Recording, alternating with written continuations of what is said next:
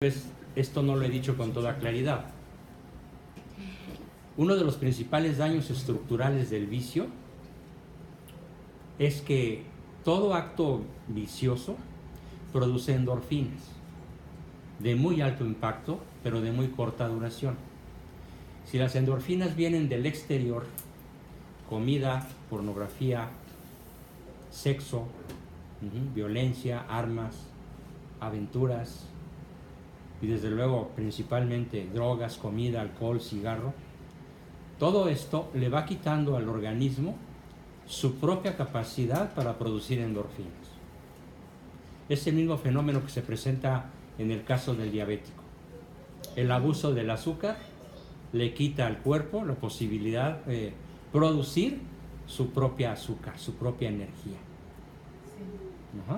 Entonces todo abuso de cualquier vicio, sobre todo sensorial, que viene del exterior, le quita al cuerpo humano, al encéfalo, le quita su capacidad para producir endorfinas mediante la facultad superior de la inteligencia, la voluntad y sobre todo lo que dijimos al definir virtud. Le quita al organismo la posibilidad de producir endorfinas mediante el ejercicio de la virtud. ¡Qué aburrido! Si lo divertido es la venganza, lo divertido es la palabrota, se oye mal pero descansa el animal, ¿no? ¿Cuántas personas disfrutan de decir groserías? Nada más piensa, observa a tu alrededor, aunque no venga al caso. Las palabrotas, es más, si pasamos un escáner auditivo por la República Mexicana, hay 3 palabras que se repiten millones de veces por segundo. El güey. Güey es la número 1. Oye, güey. Ay, güey, para todo. ¿Qué onda, güey? ¿Qué tal, güey? ¿Sabes cómo paso lista yo en una prepa? Un relín. No. Güey 1, güey 2, güey 3, güey 4.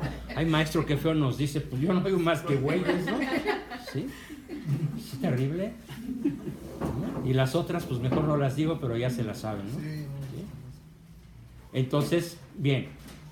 ¿Alguna otra pregunta? Ya quedó clara la respuesta, pero sí les voy a mandar a su correo. Pepe, espero tener el correo de todos. Sí. Para mandarles información científica detallada, muy bien documentada, sobre la adicción a las pantallas y los daños neurológicos que realizan en el cuerpo humano. Sí, y por ejemplo esto de las palabras, yo lo había escuchado en algún momento, pues que finalmente tienes que buscar la dignidad humana hasta por tu boca y tu vocabulario. Claro. Pero cuando dices tantas malas palabras, ¿en qué puede afectar en tu ser? Eso mismo. Otros? El decir malas palabras genera placer. También es un vicio. Es un vicio. Okay. Se llama coprolalia. Tiene su nombre. Así como hablamos de, no sé, alcoholismo, tabaquismo, drogadicción, hablamos de el vicio de la coprolalia. Y coprolalia quiere decir lenguaje sucio. Copro es en griego el significado de merde en francés, ¿no? O de caca en español. Coprolalia. Entonces es un hablar maloliente, nauseabundo, cochino, que produce ese mismo daño que acabo de explicar, porque la persona disfruta, como lo dije hace un rato y no me di a entender, se oye mal, pero disfruta el animal. Entonces ese disfrute va inhibiendo que el cerebro produzca endorfinas con la eulalia, con la dignidad al hablar, con la dicción correcta, adecuada, gentil, amable, cortés de nuestra maravillosa lengua cervantina, ¿no? Podemos decir que el lenguaje hablado en su expresión máxima es la principal conquista de la inteligencia humana. ¿Sí? Es lo que más nos asemeja a Dios. ¿Cómo empieza San Juan su evangelio? En el principio era el verbo. ¿Qué somos? ¿Qué nos hace semejantes a Dios? El verbo. Y las palabras tienen un poder, tanto para construir como para destruir, terrorífico. Sí. Por ejemplo, cuando uno convive con familiares cercanos que son muy así mal hablados, maldiciones, todo eso.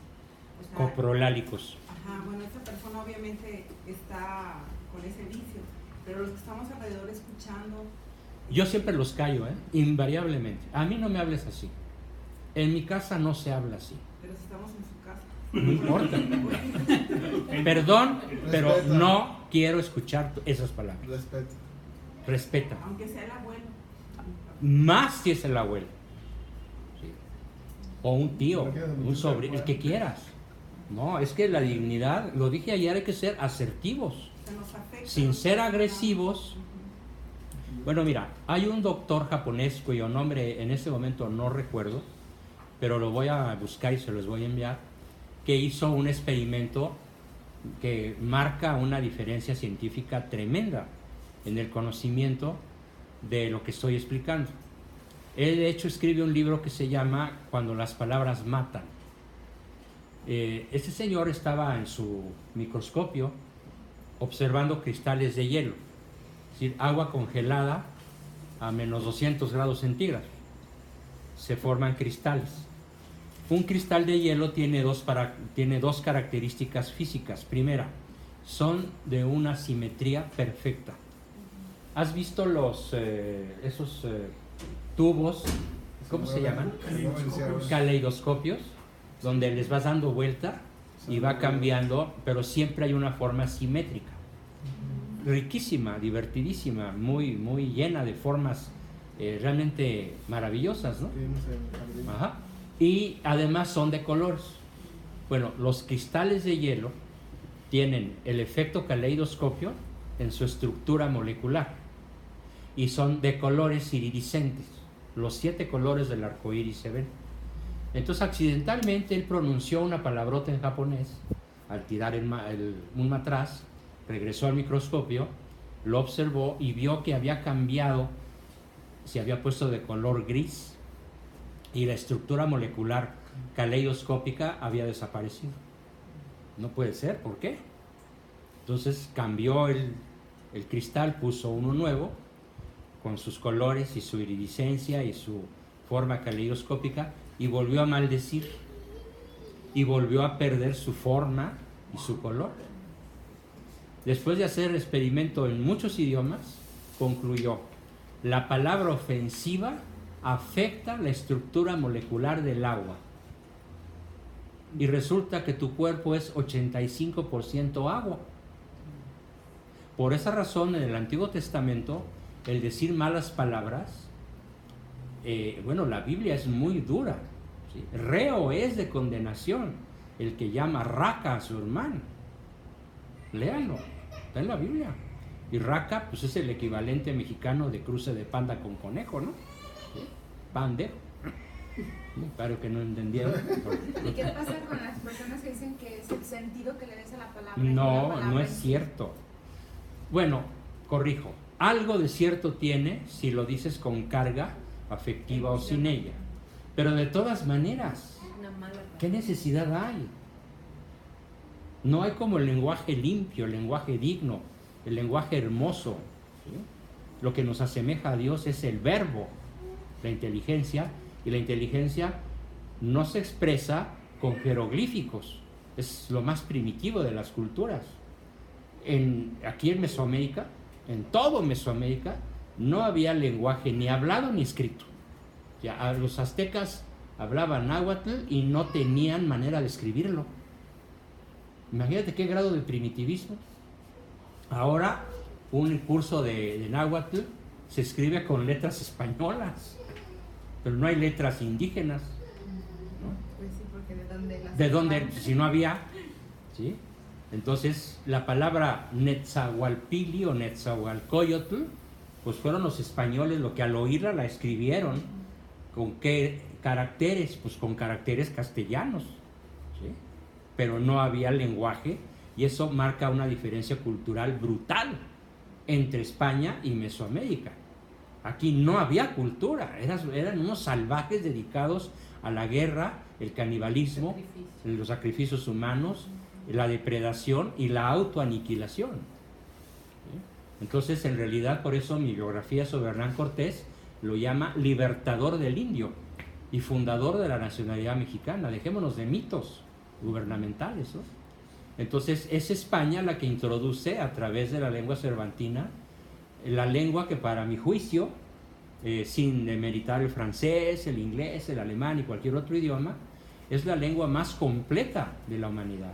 No hay como el castellano en términos de creatividad, flexibilidad, número de palabras, flexibilidad idiomática y muchísimas otras características que no tienen las lenguas guturales, que son las lenguas nórdicas, incluyendo al inglés y al alemán, que son muy rígidas, ¿sí? Y a comparación del latín, el latín tiene características muy similares al castellano.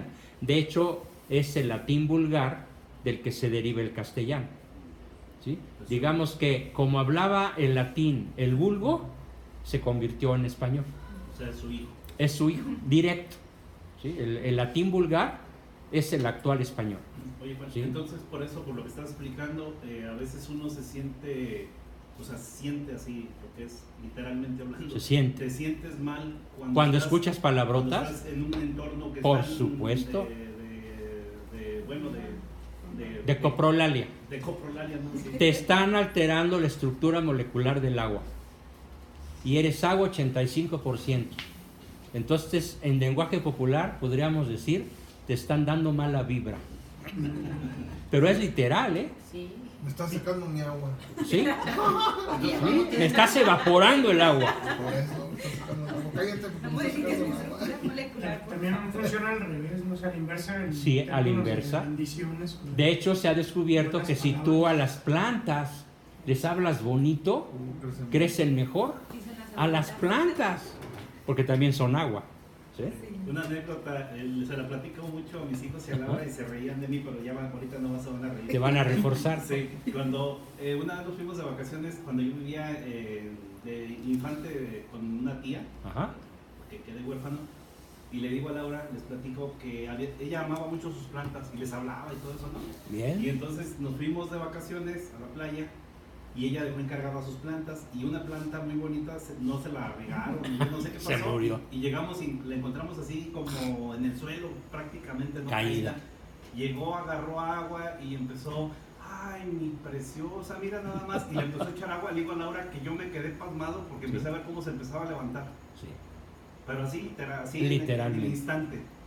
Se empezó a Literalmente. levantar y en la siguiente vuelta que di ya estaba enderezada al cielo. Bueno, es que el agua tiene propiedades tan especiales que fue escogida por Dios para bautizar a sus hijos.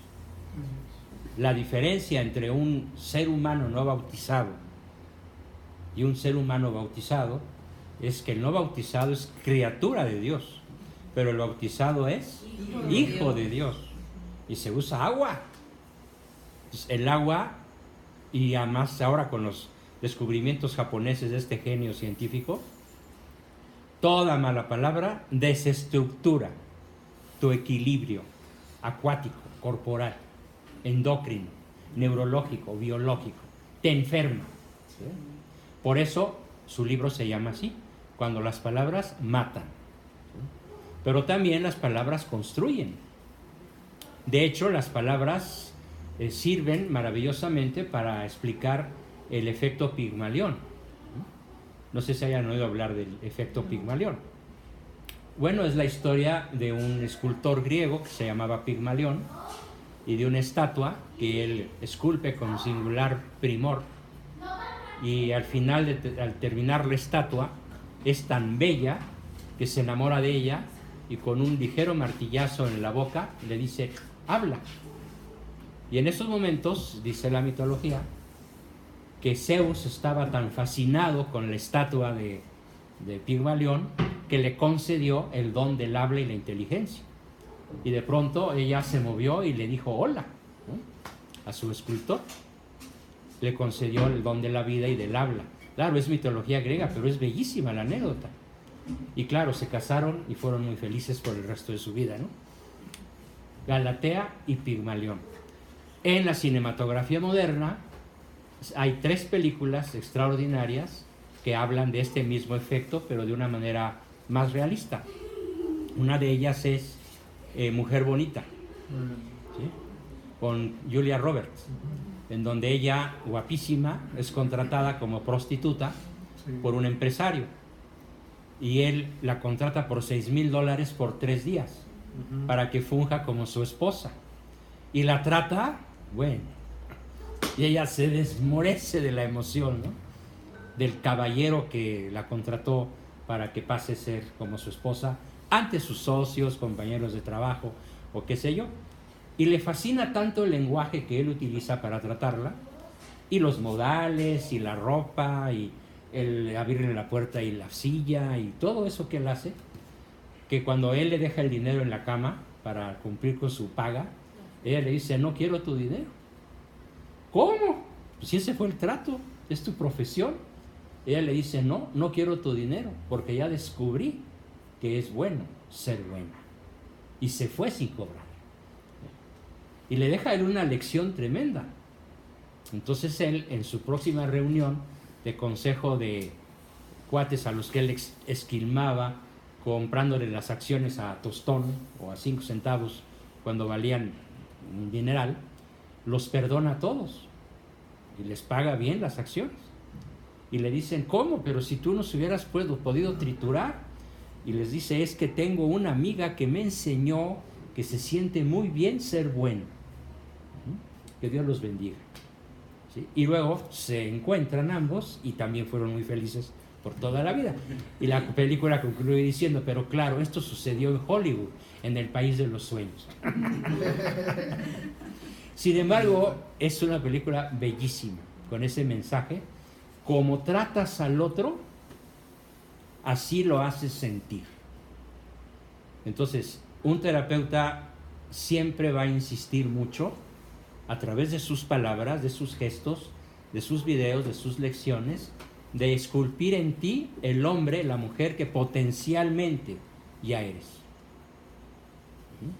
No me fijo más en tus defectos, no resalto tus errores, me fijo más en aquello que potencialmente ya está dentro de ti.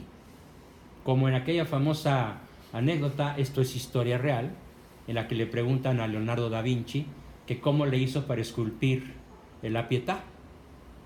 Y él contesta: muy fácil, compré un bloque de mármol y le quité lo que le sobraba. ¡Qué genial! Entonces, ¿qué hacemos los maridos cuando tratamos bien a nuestras mujeres? Pues las convertimos en Galatea, quitándoles lo que les sobra, por gordita que esté. Llenita nomás. Llenita no, hombre. A quien bonito ama, a quien feo ama, bonito le parece. ¿Sí? Entonces, el efecto Pigmalión es algo que voy a insistir siempre mucho y se usa a través del lenguaje. La tercera película que me quiero referir es My Fair Lady, con Audrey Hepburn, la famosísima actriz de muchos Óscares, ¿no? Y en esa película un lord inglés juega una apuesta con sus cuates del club de que él puede enseñar a hablar el mejor inglés a una vendedora de flores del mercado londinense, algo así como una India María, nomás de habla inglesa, ¿no?